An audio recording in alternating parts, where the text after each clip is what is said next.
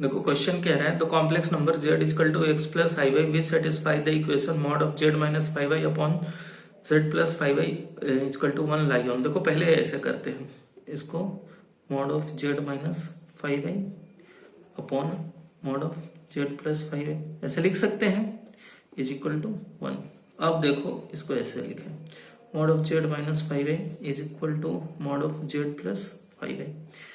अब इसे थोड़ा सा चेंज करके लिखते हैं, mod of z minus five Y.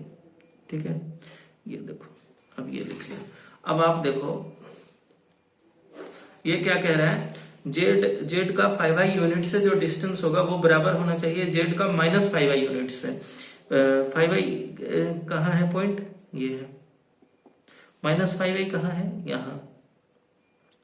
एक बार फिर से इसका इंटरप्रिटेशन कर रहा हूं, z का फाइव वाई पॉइंट से जितना डिस्टेंस होगा वही सेम डिस्टेंस z का माइनस फाइव वाई से होना चाहिए। अब आप देखो अगर हम यहां ले लें तो ये दोनों बराबर नहीं होगा, भाई इससे कम दूरी ये है और लेकिन ये इतना बड़ा दूरी है तो दोनों बराबर तो हो ही नहीं सकते। क्लियर बात।